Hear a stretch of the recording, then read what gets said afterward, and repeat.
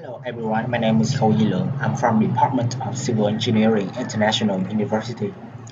It is my pleasure to be here to talk about the reason why tobacco is legalized despite many harmful effects. In this presentation, my group will explain three main parts. Firstly, we will talk about the history and background of tobacco. Secondly, we will show some impacts of tobacco. And finally, I will summarize what we have presented today. We hope that throughout our presentation, you could have some insight about tobacco action. We only and now we talk about the first part about the history and background of tobacco. My name is Ngô Nam from the Civil Engineering Department, and first I'll talk about the very first beginning of tobacco. The indigenous people in Americas used tobacco since roughly 1 BCE.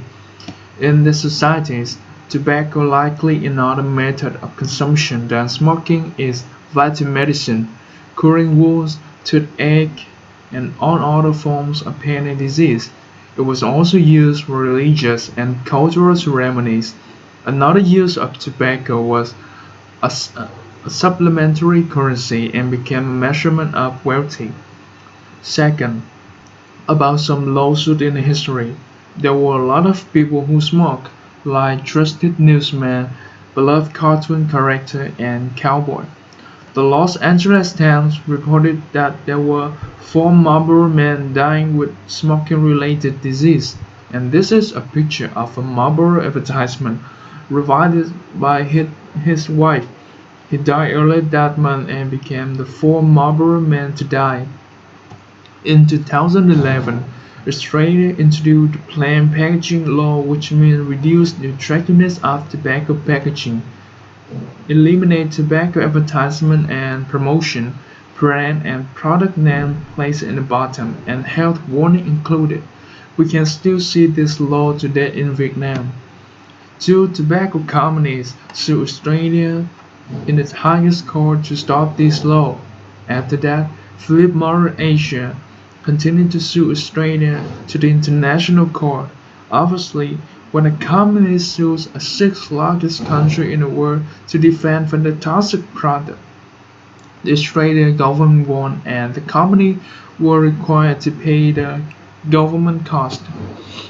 These companies again attack on small countries to increase pressures. PMI launched a legal challenge against a tiny South American country of Uruguay for damaging its business prospects for 5 years. Togo, the top 10 poorest country, was also attacked. British American Tobacco sent a letter to Namibia and Solomon Islands to warn them that the law would result in the loss of any legal challenge against this company. And so, in the next part, we'll follow the presentation of Huang and Tin to point out some reason why these things happen. Hi, my name is Lê Trọng Tính, and now I will talk about the reason why the government do not or actually cannot ban the tobacco industry even when their products are bad for our health. First, it's about profit. Many countries require an additional tax on tobacco products, hoping that there will be less products from this industry. But in fact, this action created quite a lot of tax income.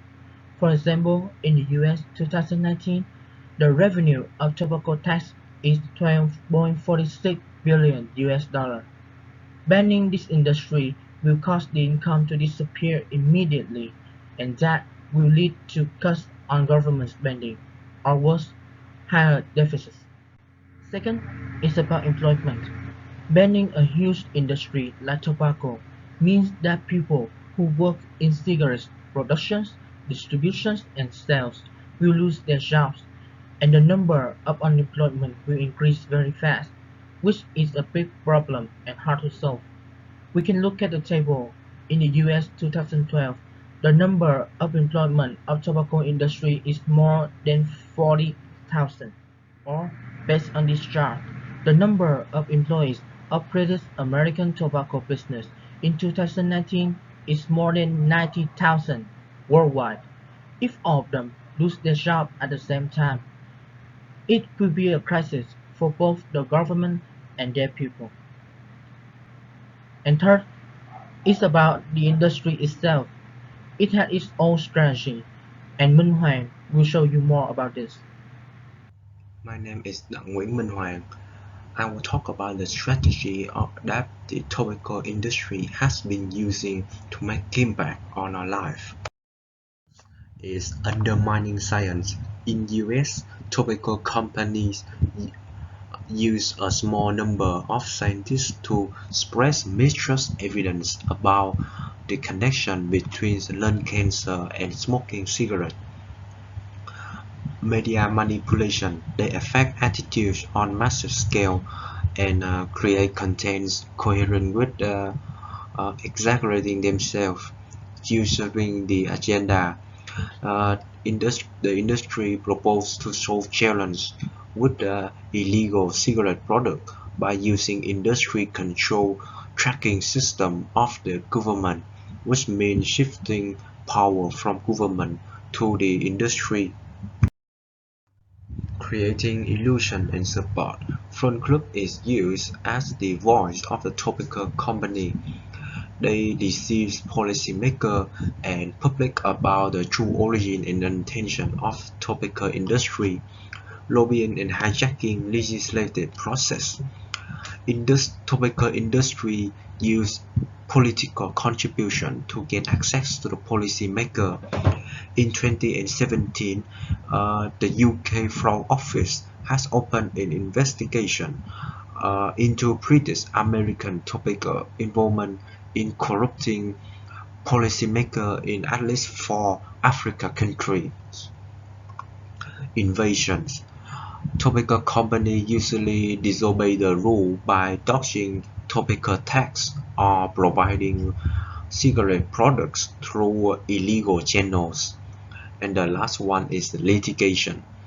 The industry has been litigating tobacco control regulations in dozens of countries. They even use countries with lower public policy standards to dispute for them. Now we will come to the last part, summary and conclusion.